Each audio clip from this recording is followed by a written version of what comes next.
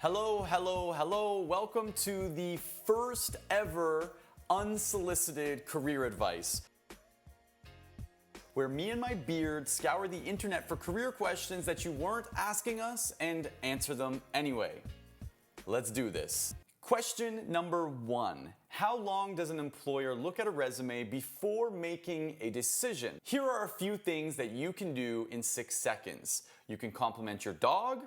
You can stalk your ex on Twitter. You can order something at Taco Bell. You can regret that order at Taco Bell. And apparently, you can look over a resume and decide if it's the right one or not. Studies show that that's how long an employer looks at a resume. 6 seconds.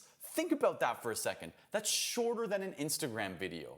This means that you have 6 seconds to impress an employer before your resume ends up in the paper shredder. But we can do even better than that.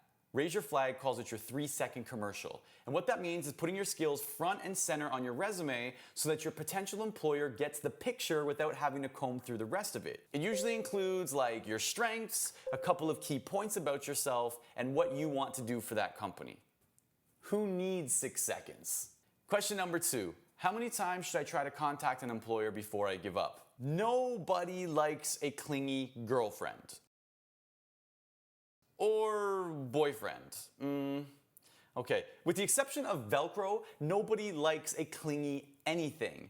But when you really want to talk to a contact, it can be hard to let go. Here's the thing. You definitely want to be persistent, but you definitely want to avoid too much of a good thing. The best way around this is to set expectations. When you originally reach out, do your basic spiel, but then mention to them that you're going to check back in a few days or a week.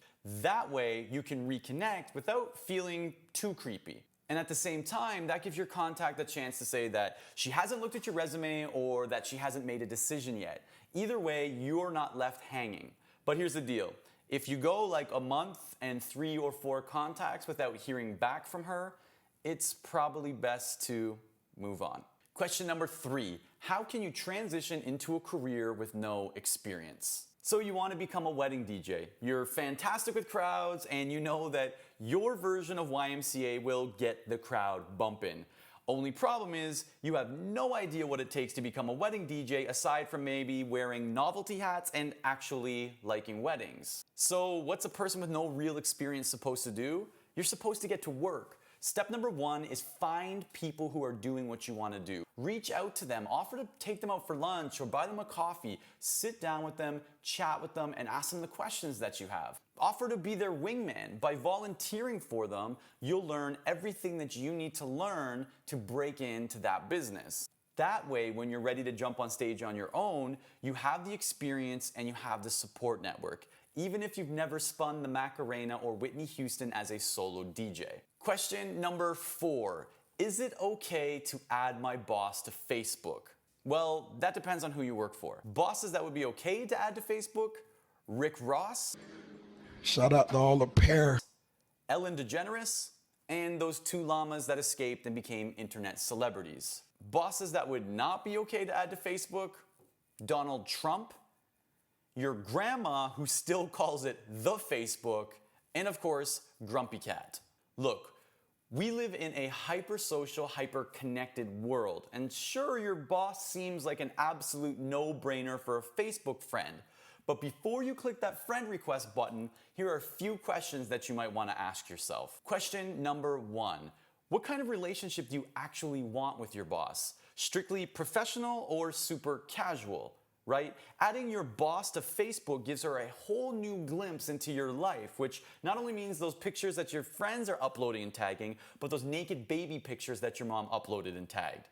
Question number 2, are your coworkers adding your boss to Facebook? Workplace culture has a lot to do with what's kosher. Some workplaces are completely okay with after-hour relationships, while other workplaces want to keep things to the cubicle. When in doubt, stalk your boss's friend list before sending the request to see if there are any familiar faces. Question number 3 that you should be asking yourself, is there a better tool to stay connected?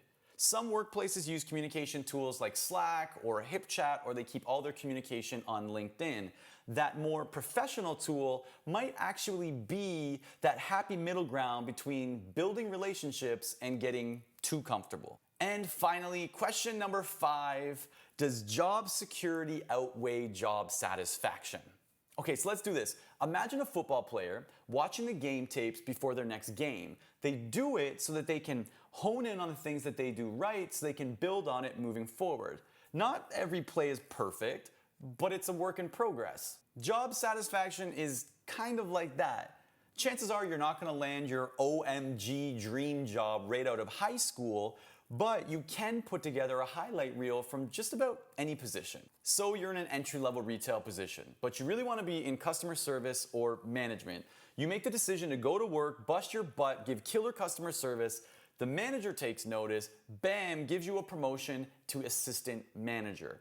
Suddenly you're in a position that you like a little bit better than before, and now you have the opportunity to really focus on your highlights and the things that you want to be doing every day. You're piecing together your job satisfaction. Look, job security is absolutely important, but if you can't find anything about your job to add to your highlight reel, it may be time to consider some other avenues that are a little bit closer to the things that you love. Because at the end of the day, if there is nothing that you love about your work, it is going to be really tough to stick around. So there you have it, Unsolicited Career Advice, episode number 1 complete. If you have questions for us, shoot us an email, hit us up on Twitter, or use the Career Advice hashtag. I'm out.